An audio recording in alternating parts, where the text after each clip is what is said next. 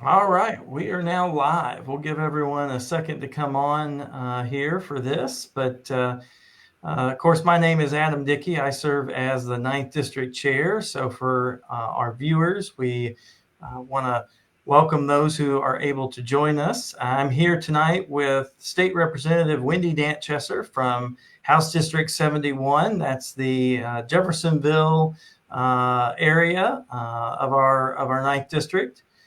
So welcome, Wendy. How are you doing? Good, thank you. Thanks for having me, and happy to talk about what's going on in our Indianapolis State Capitol building. Yeah. Well, I know you got out just a few hours ago. You did make it back home, which Yes. I know you raced down 65, obeying all the speed limits, right? Of course, actually, I did today. Traffic was heavy. Not sure what Yeah, was going yeah. on. So, but we appreciate you taking a little bit of time here to meet and talk with us. Obviously, we want to give some of our Ninth District Democrats an opportunity to hear a little bit about what's going on at the State House. We've obviously put forward some legislative updates and alerts. A lot of those have also been about the federal level. Mhm. Maybe that's one thing we can just spend a second talking about, but I want to jump in real quick. Obviously, you were caucused in and didn't really get to really enjoy the full last term in office. So now that you're in office and fulfilling a full term, what's it like? Tell us a little bit about how the experience has been, and what what's kind of been good, bad, and maybe even a little ugly about it. Well, I'll start with starting the term back in June. There was no real activity going on at the State House, so it's not like I missed an opportunity, missed anything that was happening. There was just nothing really going on. We all knew that there was a gubernatorial election, a presidential election. We had our own election race, our own races. So the majority of what I did prior to the session starting on January 8th was constituent services. And I really think that is probably one of the fulfilling side of the job, because you talk to folks who have needs, questions. They're seeking understanding, Yeah. and it's state government's complicated. It's complex. So there's being able to provide constituent services to help folks understand and navigate state government really is a big piece of the job. On January 8th, that focus changed, and we were called to Indianapolis for the start of the General Assembly session. Now, the way that I can only, this is the only experience that I have being on this side of the process. In years past, I worked for state government, so I knew a little, at least I thought I knew a little bit about how government works from an employee standpoint at state government. I then switched, and many folks know me as the One Southern Indiana former president. And in that role, we advocated. So we were up in the state house, we were walking the halls, talking to legislators, and I thought I understood a little about how it worked because of that experience. And maybe I was a bit naive, because being on the inside, the experience, both of those sides, those pieces of it are still accurate. But being in the seat of a legislator, getting the ideas, the supporters, the detractors, having it all thrown out at you at once, with what is a very accelerated schedule, from what everyone tells me, is there's a much more of a whirlwind that goes on. A couple of great stories. I had a sitting at my desk day 3 or 4 of the session. Now, and my desk is a cubicle of real tiny little Kind of areas. closet space. Yeah. Space is a premium at the State House, but I'm sitting at my desk, scarfing down lunch, whatever I could get, and my phone rang. And I'm looking at my phone going, well, that hasn't happened before. I haven't heard my phone ring. So I picked it up, and the lady on the end of the line was just as surprised that I answered as I was, because she didn't expect to talk to me. So we were able to talk through her issue, her concern, and hopefully I got her along the right path. And then I jumped right back into whatever legislation was in front of me, whatever bill I had to look at or preparing for my committee. So it's fast. It's cordial. I will say that it has been friendly, but there's so much going on, and I think we need to probably spend the rest of our time talking about the substantive stuff that's going on at the State House, because it is very active this year. Lots of decisions being made. Well, and to kind of get into that, obviously this is a budget year, so it's a little bit of they call it the long session. There's, I think, over 1,200 bills that were introduced. Obviously, not all of them are probably going to be considered or make it out of the legislative process. But I guess tell us a little bit. You've introduced several pieces of legislation. Tell us a little bit about what you were prioritizing at the start and kind of where some of that's gone. Always good, bad, and ugly there. But what's kind of been the effect of your direct efforts in leading a couple pieces of legislation? So let's talk about the budget first for just a second, and because I want to hone in on how that affects what the priorities are that I set. The one thing that we do is we have to pass a 2-year budget. That is our charge. If no other bill gets passed, the budget is what we're there for this session. And we'll have to come up with a budget by the end of April that will be approved. Now, Indiana's budget process has been augmented the last 2 sessions or budget sessions because of COVID funding coming in from the feds. Yeah. Now, so basically we were getting billions of dollars more into our state budget that we're not getting anymore. So now we're trying to figure out how to live within our means and to really prioritize those funding issues that are affecting Hoosiers. And all 150 of us, I'm speaking for the 50 in the Senate and the 100 in the House, we're coming at it with the perspectives of what we feel is the most important. So there are 150 different perspectives. So we are looking at a process that if our bills that we filed, I filed 8, if they have a fiscal impact, they're automatically getting sent to House Ways and Means. And I'm not on that committee, and they're likely to sit there until the budget is finalized, and then they may be worked into it. So that's the process that we're in now. Nobody wants to commit any dimes until we know exactly what the revenue forecast is, and that's not coming out until the 1st of April. So I'll get back to the question you asked, Adam, and I appreciate it. What are some of the things that are important to me? Well, the 8 bills that I have with a little bit of variation really focus on 2 things. The first is affordability for families. What are we doing to help the families, whether it's families with kids in daycare? And I have a bill that is on helping employers assist their employees with childcare expenses, because we've seen a lot. Not only we have a problem with capacity issues, but we have a cost concern. So that's something that has I put a bill in on that. There are a few other bills that have been filed. Very few of those are moving because that requires state dollars. That is an expense. So that is my bill is not moving on that. The other area that I came at strongly about was transparency and accountability for public officials.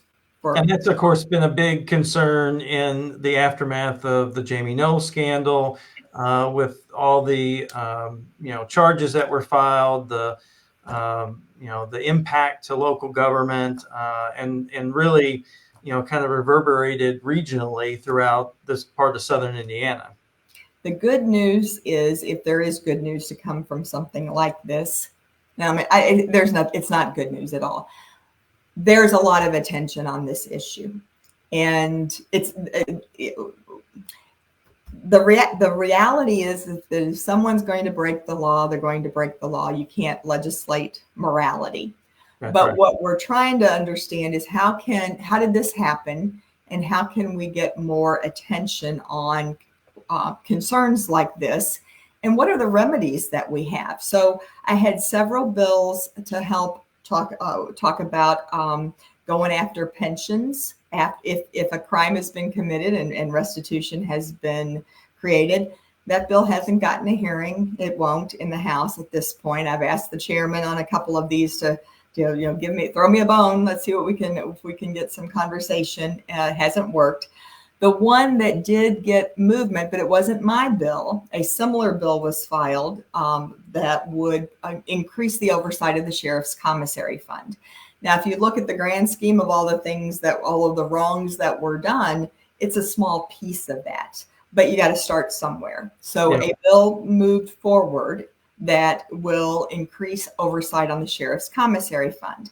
It wasn't my bill. I don't have, the author had filled all the spots, but I testified in support of his bill with the local story. And I will say that they were interested in the story. They recognized the pain and suffering that we're going through here in Southern Indiana. And they did, even from the author's original bill, they increased a little more of the transparency based on the recommendations that I made. So when you're in the super minority, you have to find those wins where you can get them. And sometimes it's not necessarily getting my bill across the finish line, but it's more about making other people's bills work better for those of us here in Southern Indiana. And I feel that that's exactly what happened with that bill. Well, and that's a great example of where you find commonality between members in other places. Yes. It's not always, you figure out who's the best vehicle to lead, but you're still making an impact in a positive direction, like you said. So, and I don't have to be the driver of the bus. I can be on the bus and play in my role, but I don't have to be the driver of it. Now, I know one of the pieces of legislation, and I think it was yours, also dealt with more training for folks like me who are also a local municipal official. Yes. And I'm taking it that hasn't moved very much at this point. That bill has not moved, and there is, at least in the House, there is not a similar bill to that one exactly. Now, another interesting thing that was a surprise to me, on the House side, we have had very little interaction with what takes place on the Senate. The two chambers don't get together very often. We're pretty busy doing with what we need. But by the first week of March, we will have gone through crossover. And what that means is all the bills that come out of the House have to be out by Thursday of next week. They will cross over to the Senate, and the Senate's bills will cross over to us, and then we start the process all over again. Now, the good news is that crossover means that we get to start new with a much smaller universe of bills. 1,200 bills we started with, I haven't heard any numbers, but I would guess we're going to be down to about a quarter of them, or maybe a third. So we'll be able to start narrowing down and narrowing that focus. I do have one active bill that is still that did pass the insurance committee, and I got it amended today on second reading. Today's Thursday. So it should be on the calendar for final approval in the House on Monday, fingers crossed. It's House Bill 1226, and it's back on that affordability concern that we have. And it is to help seniors age 65 and older who did not take the Medicare Advantage plan, but they're on regular Medicare, and they bought a supplement plan. So about 42%, that's a national statistic. I don't know what the number is for Indiana, but about 42% of seniors go after a Medicare supplement plan. It's called Medigap is another word. I'm familiar. Okay, so Medigap plans are guaranteed when you turn age 65 or when you get onto the program, and there's a couple of other stipulations. You can choose your plan and say you want plan F, that for a certain, and you shop for a plan F, and you get into a plan without medical underwriting.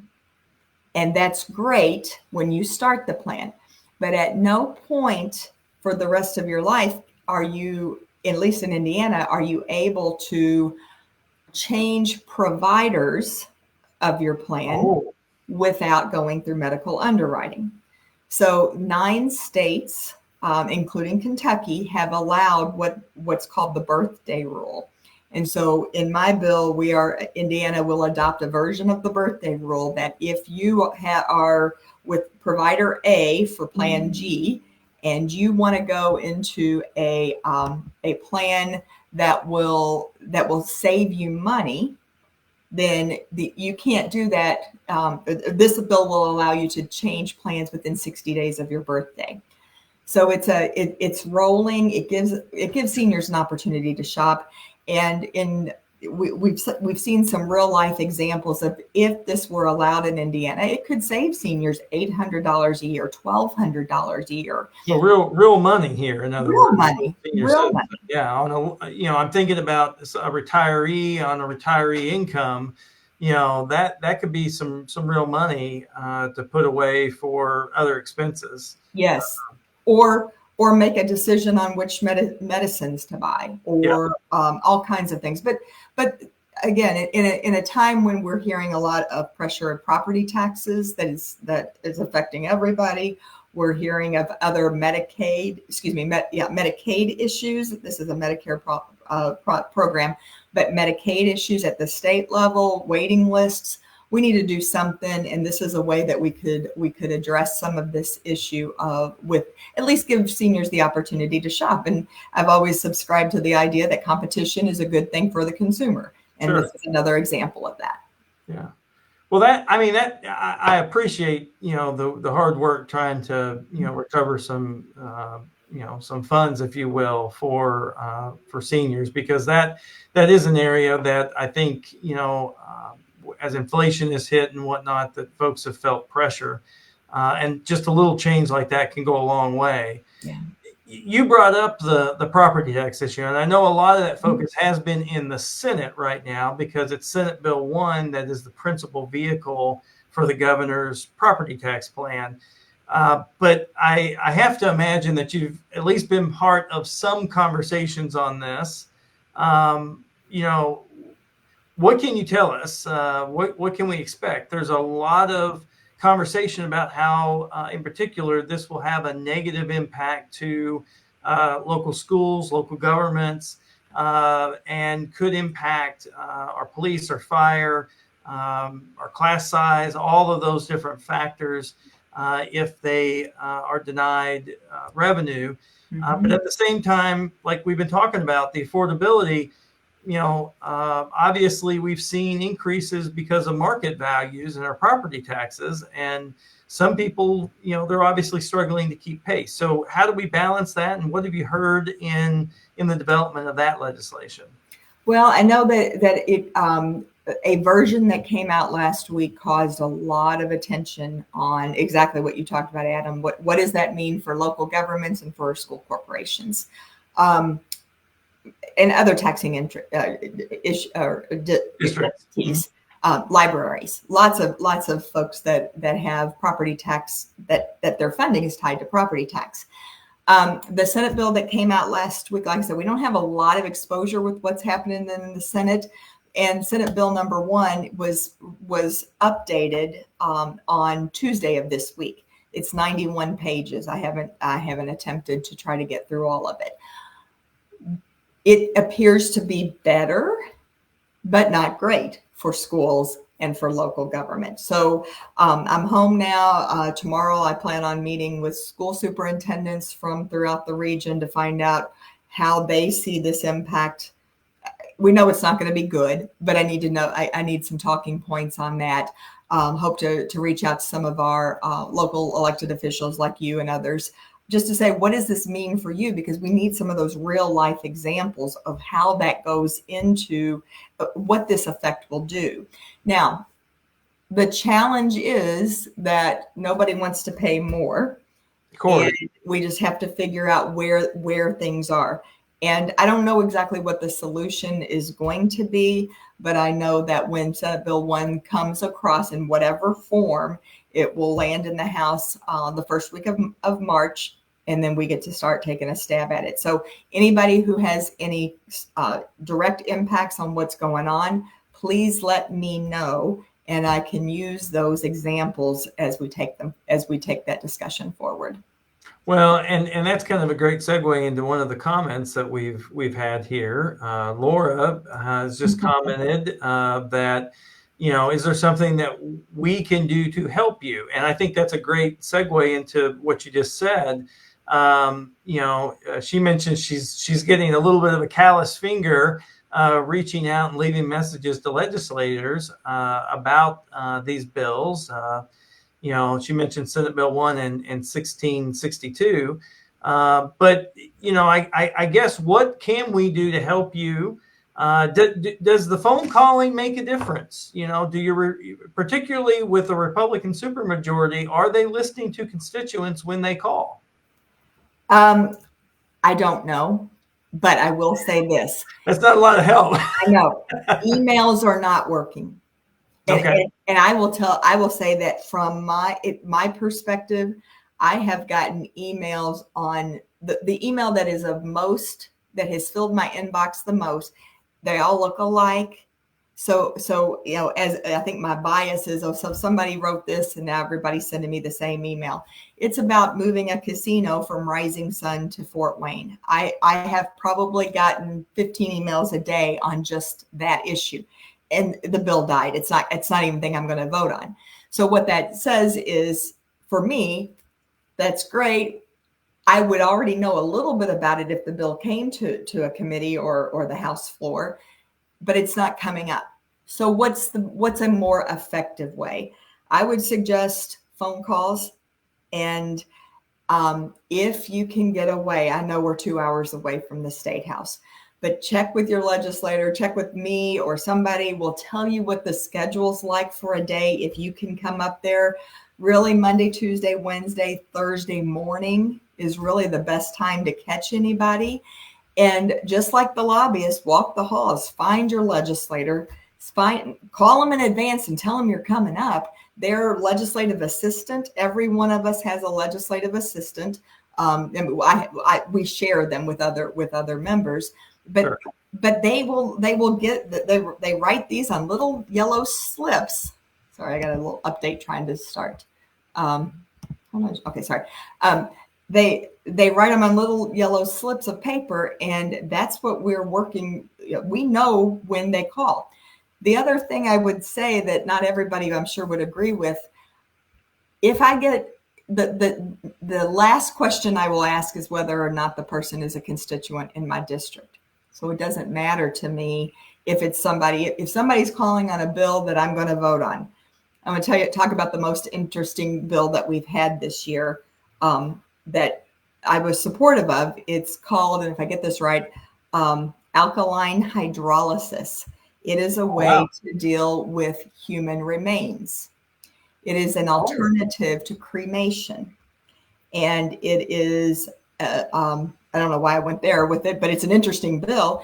It uses an alkaline solution in addition to much lower heat to dispose of a body the way you would with cremation. The family gets ashes like you do with cremation, and it's about 80% less energy less energy use. So it's a greener way of cremating. I've said if my mom were alive when she chose to be cremated, if this had been allowed in Indiana, she would have chosen this. So I don't remember what my point was, but back about whether or not people agree with the process. I want to know from across Indiana if Hoosiers agree with that. Of course, I want to vote my district and understand what people of District 71 think. But we're not the only ones that are going to be affected by this bill. So if people from other districts have an opinion on that, I'm just as interested in that. So that's why the phone call with the little yellow sheet of paper that they put on my desk and say, Adam Dickey wrote to you and he wants you to support alkaline hydrolysis, and it's a good process, and I will log that. So when I do vote on it, I have the opportunity to recognize that there are people who care. Well, and it's interesting here. I think your story here about that bill, and it sounds like that's moving forward, right? It moved out of the House, yes. Louise Goman, one of my colleagues on the city council in New Albany, is a funeral director, and she just mentioned that they would love to see the introduction of that. So it gives another option for folks in their final stages of life to make the choices about how best to handle their burial. Yes. So, Wendy, you mentioned we kind of tongue in cheek mentioned calling. I obviously I did reach out to you this week about one item, and I know there's a few people that are watching, and I know there's not necessarily a big update on this. But one of the things that, seems to have been impacted, at least by the governor's request, is that the Imagination Library funds are not in the budget currently. And I know that there's folks starting to have conversations about, can we get that? I think it was roughly $6 million added back in. I sent you a little message about it just to see. I don't know if everyone's on board here with that or not, but I'd like you just to give the kind of the little update that you gave me, just so we kind of know where we're at and what to expect, if that's something that you care about. So Dolly Parton's Imagination Library is a program that will help put books in the hands of children before they start school. If you think about kids coming to school who have never had a book, they don't know how to hold a book. Those are really things that they're going to be behind. Let's acknowledge it, that they're going to be behind. A lot of folks don't read to their children the way that my grandparents and parents read to me, and I hopefully have read that. That's the way I parented my daughter as well. So the Imagination Library will allow kids to receive a book every month, I believe it is, for the first 5 years of their life, so that they're used to seeing them, they own something, and it doesn't cost the family anything. Now, for Indiana to be able to provide that to all children for $6 million seems like a bargain. But as I mentioned at the beginning, the budget is going to be cut this year from what we were used to. So if that was not an important line item to keep in the original budget that the governor introduced, so we have to let everyone know what we think. The process is this: the House is going, actually by Monday morning, the House Ways and Means Committee will be making its decisions on the final budget for the House. What happens once it comes to the House floor? And I haven't gotten an answer to the one question, Adam. Can we make amendments to the budget on the House floor? I don't know if that's how that works, but I've got opportunities Tuesday, Wednesday, Thursday to work on that. Once the budget passes the House, and we will have a budget that passes the House, it will go over to the Senate. And on the first week of March, they will strip everything out of it. And they will start building their budget. And then they will spend 6 weeks or so building their budget. And then the two budgets won't be exactly alike. Yeah. It will go into what we call conference committee. The two budgets, the two authors, a couple advisors, and then someone from the governor's office will sit in a room, probably for a long weekend, and they'll look at those two budgets. They'll try to find compromise.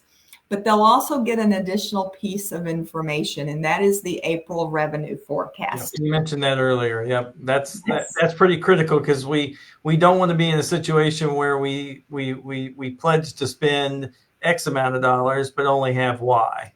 Exactly, and it's just like I manage my household budget, and probably everybody else does as well.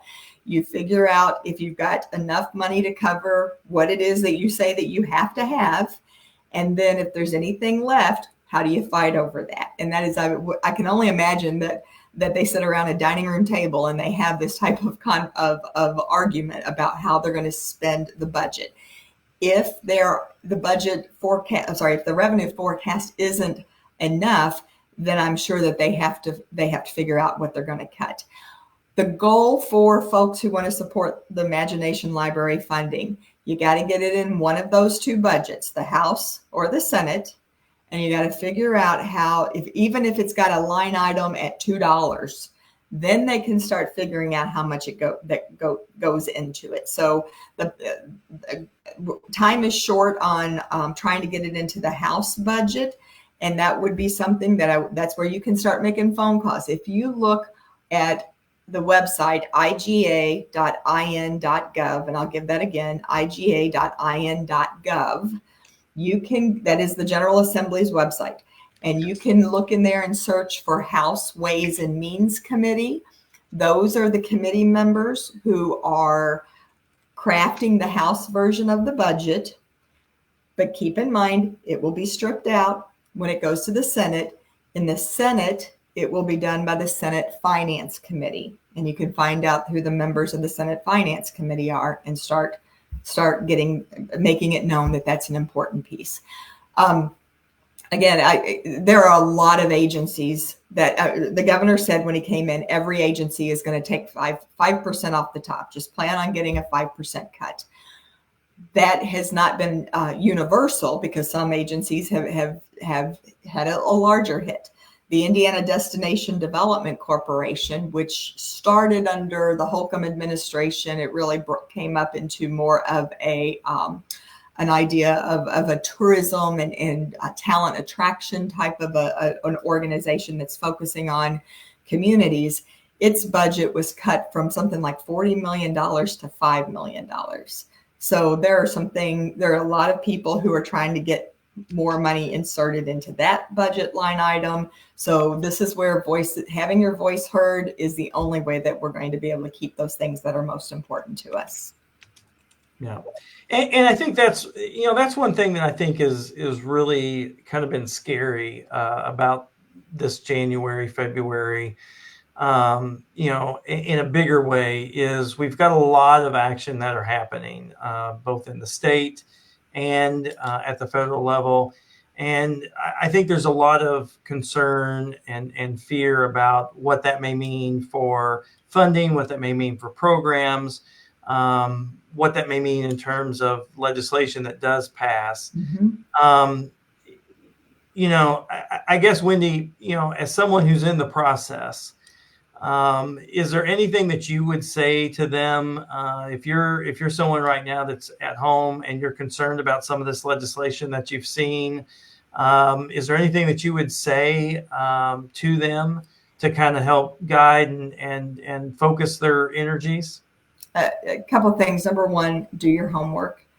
And by that, I mean, go to the website, find out who is the decision maker on this issue at this time. Now, as bills cross over, we won't know exactly which committee it would be assigned to, but you can pretty much guess. There's two of the committees I serve on, insurance and financial institutions.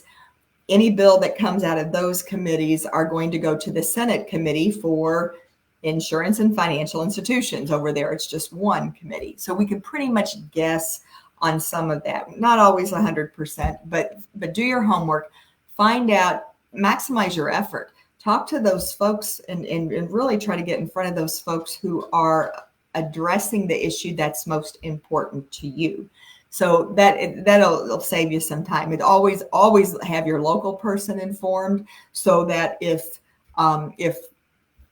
the chair of a committee comes to me and said, "Hey, I heard from somebody who lives in Clarksville. Don't catch me off guard. You want me to be able to say, yes, he or she reached out to me too. That's an important issue to us. Please try to find a way to make that happen for them." So they'll appreciate that. So that's the first piece of it. The second piece, so know your facts, know your homework, or do your homework, and help me and others make the argument that you want. So don't make it emotional.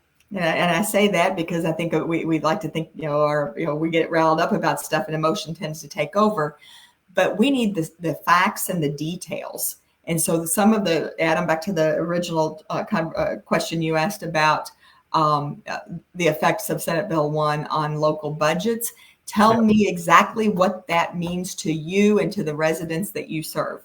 And Yep. if I can figure that out and help make that argument a little stronger based on the facts, it seems to be, it seems to go over well. Folks are listening to that. Yep. Well, and another resource that I think we have, there are a number of partner organizations with the party. Laura mentioned madvoters.org. I think they do a great job. They're tracking something on the order of a couple hundred pieces of legislation. There are other groups, whether it be, ISTA, if you're a teacher and you're interested in education policy, or some of the other advocacy groups. I know AIM for elected officials follows a lot of legislation, gives us an update. So, there are resources, is my point, that are out there that we want you to be able to tap in. And you don't necessarily always have to be in those organizations. I'm not a teacher, but, I can go to the ISTA website and see some of what they're advocating for and what they've reported to their membership on. So I think that's a great thing. And they may only have to be sort of related. I will say on my Medicare, the birthday bill, Medicare supplement bill that I had, we had supporters not only from a local insurance broker who brought the idea to me originally. We had the AARP stand up because they recognize the seniors. The area agencies on aging have an association. So that's Lifespan's State Association spoke in favor, and the Indiana Retired Teachers Association spoke in favor. Because if they're looking at their members, they see that most of them are probably over age 65. They're going to benefit from this bill. So that's how you build some coalition and a coalition to get some movement to where multiple folks are going to benefit from. Yeah. A couple of things just crossed through my mind here as we're talking about things. We're talking about activism by people, but we want to remind folks that you can actually come up and testify, right, at some of these hearings, especially if you've got a particular subject expert in something. There's real value in appearing before a committee and doing that. You want to talk about that process and how that works? I think that process is quite compelling. And a couple of things. Number one, from a border county, the folks in Indianapolis don't always see how things look from where we are. And there was a bill in a committee this week, and I didn't know he was coming up, but the president of Baptist Health, Floyd, came up and testified. Because what the committee, and if he got my attention, of course, but he got some other folks' attention as well, because as they were talking about what it looked like it was a state employee health plan in the Indianapolis area, it looked one way, but down here, when we don't have as many state employees, but B, our hospital system is not Indiana. That we have branches of a hospital system that's based out of Kentucky. Yeah, it can have a very different effect on us than it would for those in central Indiana. So the fact that he drove 2 hours to testify, it's a lot of sitting around waiting. It is not glamorous. These are not fancy conference rooms. They're one big long room with a awkward table and a lot of people standing around. But what you get from it, though, is it's easy to sign up. You can even sign up online and say, yep, I want to go. I want to, and you answer simple questions, name, where you live, and if you're opposed or supportive of the bill. And then the chairman of the committee always calls everybody. You may get a limited time limit. They may say you got 3 minutes. So when you get there, this is where doing your homework and having your talking points in order make a lot of sense. Don't go off on a lot of tangents. Tell us why it's important to you that we vote the way that you want us to, and make your argument quickly, and then and you will be appreciated. And I think it's more impactful than anything I had expected, because I'm hearing how things affect real life. I want to tell one more story, and I think this is what I hope I never forget. The very first committee meeting that I had was roads and transportation. And I looked at the agenda. It was the very first day that we were having meetings, and we were passing resolutions naming roads and bridges in honor of fallen officers. And so I walked in with this idea that this is going to be a somber meeting. We're going to talk about these type things, and it'll likely get support, which it did. What I wasn't prepared for was the father of the state police officer or the widow of the sheriff's deputy who lost her husband and was talking about her kids. I realized then and there how impactful the work is that we do. The work is on somebody. It may not impact everybody, but it impacts some people the too. meaning, the meaning that had for people, just the fact that they were being included in a bill for consideration, right? I mean, yes. I think you're very true about that, because I've been there for a few times when some of that's been going on, and it's just a little thing. I remember in the federal system when I worked, for Congressman Hill. We had I think it was a post office that was getting named, and boy, that had a huge impact. Not a big piece, right? But a huge impact. So, I know we've been going here for probably about 45 minutes, Wendy, and I want to be cognizant of your time. You need a little time to shut off for the day. But are there any pieces of legislation, as kind of, going into a concluding mark here, that, have either really caught your attention, have really been something that, as you've worked in the House, that you've kind of been like, wow, or just that's out there, or, just have a story about that you think people should know, or want to share something about? There are a lot of them, and I have 4 committees. So the more as we get these stories that come through these committees, it's there's a lot of things that surprise me, and I'm learning a lot. I could talk about certain types of bridges that we're trying to figure out how to make safer. I could talk about this one did not get out of committee, but it is a substance that is to help people who are weaning themselves off of opioids. That's supposed to be better for them than that. I think probably, though, I'm going to go back to roads and transportation. And as simple as this, as boring as this sounds, there is a bill that passed out of the House today it's for the Bureau of Motor Vehicles. It's a bill. It's an agency bill is what we call them. It's what are they coming up against that is making that, what could we do to make their operations more efficient, more user friendly? We all want the BMV to be more user friendly, right? Nobody likes to wait at the BMV. That's exactly right. But there are some ideas that are coming out of that I want, why do I have to get a sticker every year to prove that I have to put it on my license plate when I have my registration in my glove box? We're talking about those questions. And so those are good for us to understand, that the legislature does get to weigh in on those little things that I don't always think about every time I go to the license branch, but somebody's trying to figure out how to make the system better. And good for us. We need to, we as a little bit of that. Yeah. Yes, we as Hoosiers deserve for things to be a little better, a little smoother. And sometimes a simple addition to a bill is what it's going to take to make that happen. Well, is there any other concluding remarks you'd like to say to folks? We, like I said, want to give you a last mark here before we shut off, but I really appreciate everything that you're doing to help us out. Well, thank you. I know it's still early.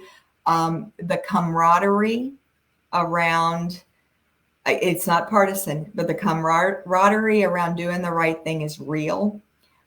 We do have our partisan differences. Don't get me wrong, and I know that it's probably going to ramp up. But as legislators get their first bill passed, whether they're a freshman or one gal's been there 7 years and she got her first bill passed out of the House, we celebrate them. And so for that, in that regard, there's a human element to serving in the General Assembly with peers from different backgrounds, from different parts of the state, and we respect one another. And that's been a very wonderful experience for me. Well, and as a concluding part of this, I think that that's a good note to leave on. As I said earlier, there's a lot of angst out there, and naturally, understandably so. But it's nice to know that, at the end of the day, we do need to remember we're all one community. And we're trying to make our state, our local communities better. So hopefully that spirit holds out, and some of the legislation that gets passed will be good legislation that we can all, get behind. I know there's some of it that's going to be really good. Now, not all of it. There's some of it's going to be really good. I'm going to be proud of what we've done. All right. Well, with that, I think we'll end it there, and appreciate all the folks who have been watching at home. Obviously, this will be up on our Facebook page afterwards, so anyone can view it. We'll probably have Wendy back a little bit later on in the year to talk about some of the final products out of the General Assembly. But until then, we want to thank everyone for taking time and look forward to more updates from our 9th District Democratic Party. Thank you. Two things real quick. If anybody wants to page, if you have a teenager that wants to come up. Yeah, we did talk about that. Go to that IGA website. Just type in House Democrat page, and that process comes up. It's easy. And then on the 28th of February, it's a Friday. We did one on a Saturday. This time we're going to do it on a Friday at 3:00. I'm going to have a mid-session town hall at the Clarksville Public Library. There's been some confusion by me where that event's going to take place, but it is on Friday the 28th at 3 p.m. at the Clarksville branch of the Jeffersonville Township Library. So anybody who wants to attend, come over, just hit me with what you got, and I'll give you whatever answer I can come up with. And Wendy, you'll probably have that on Facebook and whatnot, like you've done some other notices on, and we'll be happy to share that for particularly constituents in District 71, and obviously anyone else who wants to take time to talk to you. I'm sure you'll welcome them too. Yes, thank you. I'll get that out on Facebook before the end of the day tomorrow. All right, very good. Well, guys, again, thank you for viewing, and Wendy, thank you for your time, and we look forward to talking to you again soon. Appreciate it. Thank you. Mm-hmm.